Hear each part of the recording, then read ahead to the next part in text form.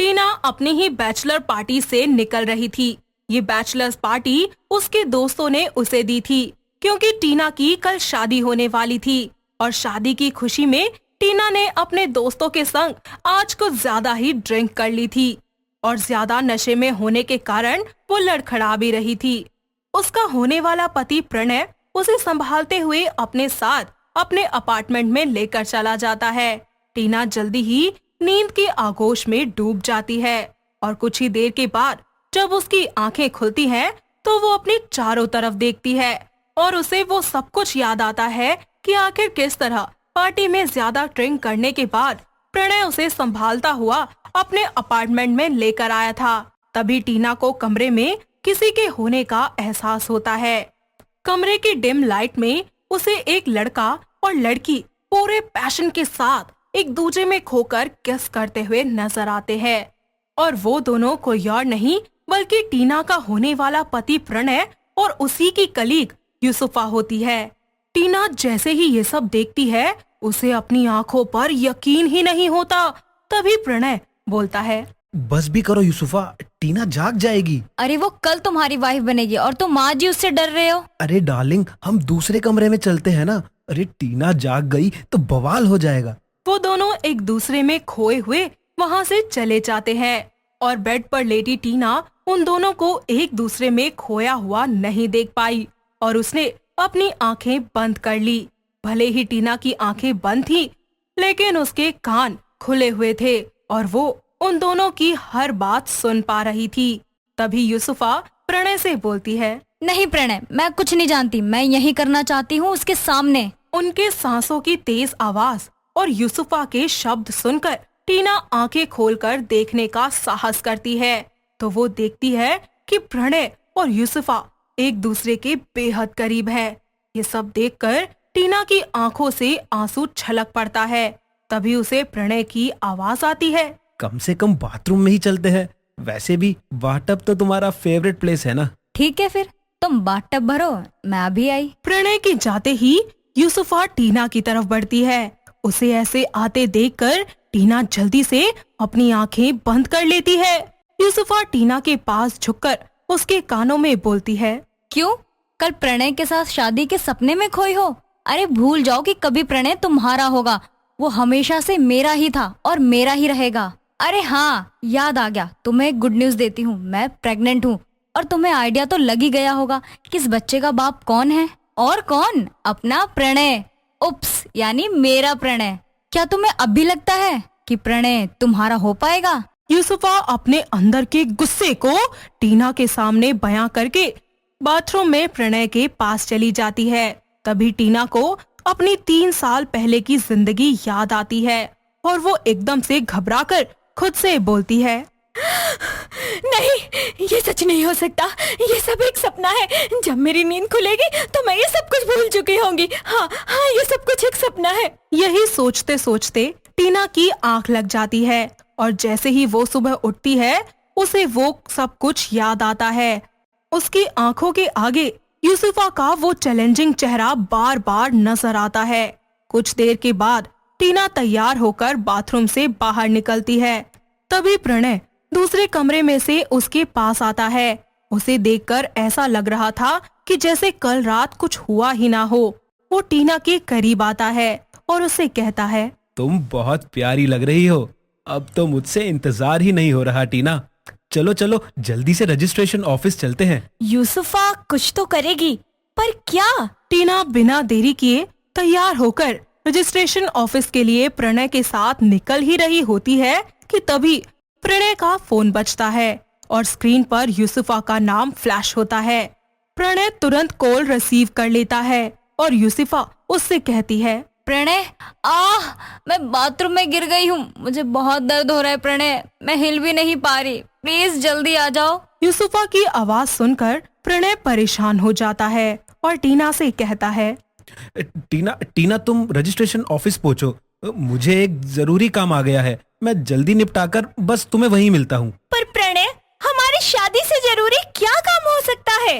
अरे प्लीज तुम चलो, मैं आ रहा हूँ, ट्रस्ट मी। टीना अकेली घर से रजिस्ट्रेशन ऑफिस के लिए निकल जाती है और प्रणय जल्दी से यूसुफा के घर की तरफ निकल जाता है। टीना को इंतजार करते करते 2 घंटे बीत जाते हैं और कुछ देर के बाद जब वो प्रणय को फोन करती है तो बोलती है, कितनी देर में आ रहे हो तुम? यूसुफा के पैर में चोट लग गई है, मैं उसे हॉस्पिटल लेके जा रहा हूँ। अभी सिचुएशन सही नहीं है। आई थिंक हमें ये शादी किसी और दिन करनी चाहिए। और किसी दिन कोई चांस ही नहीं है, क्योंकि तुम्हारी जिंदगी में मेरी कोई वैल्यू ही नहीं है। तुम्हारे लिए सबसे जरूरी सिर्फ यूसुफा है। टीना हताश परेशान जैसे ही अपने घर जाने लगती है, तभी टीना की नजर सामने खड़े एक हैंडसम लड़के पर पड़ती है। टीना उसे देखकर शॉक में पड़ जाती है, क्योंकि वो शख्स कोई और नहीं बल्कि रणविजय रावत था, आरआर एंटरटेनमेंट का सीईओ, जिससे टीना एक अवार्ड फंक्शन में मिली थी। टीना ये सब सोच ही रही होती है कि तभी रणविजय का असिस्टेंट उसके पास आता है और उनकी बातचीत टीना सुन लेती है। सर, रूही फोन नहीं उठा रही, ना ही वो अभी तक यहाँ आई है। उससे कांटेक्ट करो और कहो अगर वो 10 मिनट में नहीं आई तो उसे यहाँ आने की कोई जरूरत नहीं है। सर, एक्चुअली उसने मैसेज किया है कि वो जिस लड़के से प्यार करती है वो उसके साथ जा रही है, और सर वो आपसे शादी नहीं करना चाहती। कोई बात नहीं, इट्स हर लॉस। तुम्हारे पास आधा घंटा है, कोई भी लड़की ढूंढ कर लाओ, शादी तो मैं आज ही करूंगा। असिस्टेंट रणविजय की बात सुनता है और सोचते हुए जल्दी से फोन पर किसी का नंबर मिलाने लगता है। तभी रणविजय को अपनी माँ की बात याद आती है। अगर शादी नहीं करनी है तो इस घर से हमेशा के लिए निकल जाओ। तुम्हारे पास अब 2 ही रास्ते हैं, मेरी पसंद की लड़की से शादी कर लो या फिर अपनी पसंद की लड़की ले आओ, मर्जी तुम्हारी है। ये सब देखकर और सुनकर टीना के दिमाग में एक आइडिया आता है और वो रणविजय के पास जाकर उससे कहती है, हेलो रणविजय जी, आप जिस लड़की से शादी करने वाले थे वो यहाँ नहीं आई, और मैं जिस लड़के से शादी करने वाली थी वो भी यहाँ नहीं आया। हम दोनों सेम सिचुएशन में हैं, तो क्यों ना हम दोनों शादी कर ले। टीना की बात सुनकर पास खड़े असिस्टेंट हैरान हो जाते हैं, तो वही रणविजय भी 1 सेकंड के लिए हड़बड़ा जाता है और फिर उससे कहता है, तो तुम ये कह रही हो कि हम शादी कर सकते हैं? रणविजय टीना को गौर से देखता है और फिर अपने असिस्टेंट से उसके बारे में सारी डिटेल्स निकलवाने को कहता है। असिस्टेंट टीना को पहचानता था, इसीलिए वो जल्दी से ही गूगल पर टीना का नाम डालकर सर्च करता है और सारी डिटेल्स रणविजय को दे देता है। डिटेल्स पढ़ने के बाद रणविजय टीना से कहते हैं, लेट्स गेट मैरिड। तुम्हें क्या लगा था प्रणय कि तुम्हारे दिए धोखे से मैं टूट जाऊंगी? नहीं, मैं तुम्हें पूरी तरह बर्बाद कर दूंगी। दोनों का मैरिज प्रोसीजर बहुत ही जल्दी पूरा हो जाता है। अब टीना ऑफिशियली टीना रणविजय रावत बन चुकी थी। टीना और रणविजय मैरिज रजिस्ट्रार के ऑफिस से बाहर खड़ी एक शानदार कार में बैठ जाते हैं। इससे पहले कि टीना कुछ कहती, रणविजय उससे बोलता है, थैंक यू फॉर मैरिंग मी। इसके बदले तुम्हें जो भी चाहिए तो मुझे बता सकती हो, मैं अरेंज करा दूंगा। मुझे कुछ नहीं चाहिए, बस मेरी 2 शर्तें हैं। हाँ, बेहिचक कहो, क्या शर्तें हैं? मेरी पहली शर्त, जब तक कि ऐसी कोई सिचुएशन ना आ जाए कि आपको बताना ही पड़े, तब तक आप प्लीज हमारी शादी को पब्लिक नहीं करेंगे। और दूसरी शर्त ये, आप मेरे पर्सनल मैटर में दखल अंदाजी नहीं करेंगे।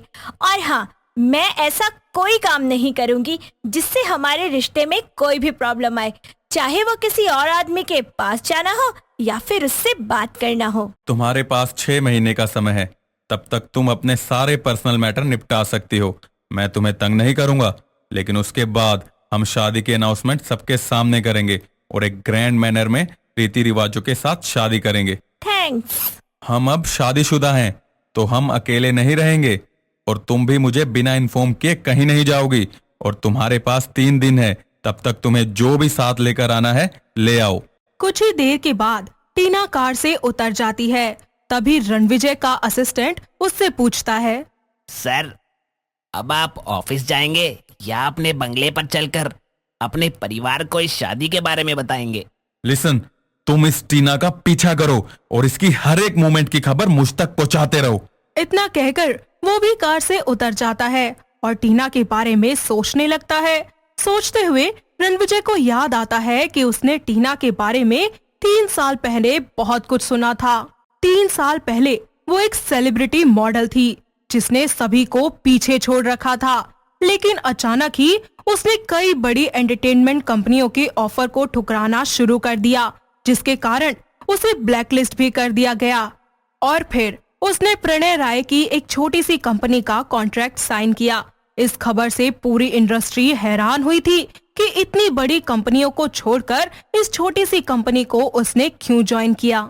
आखिर क्या है इस लड़की की कहानी?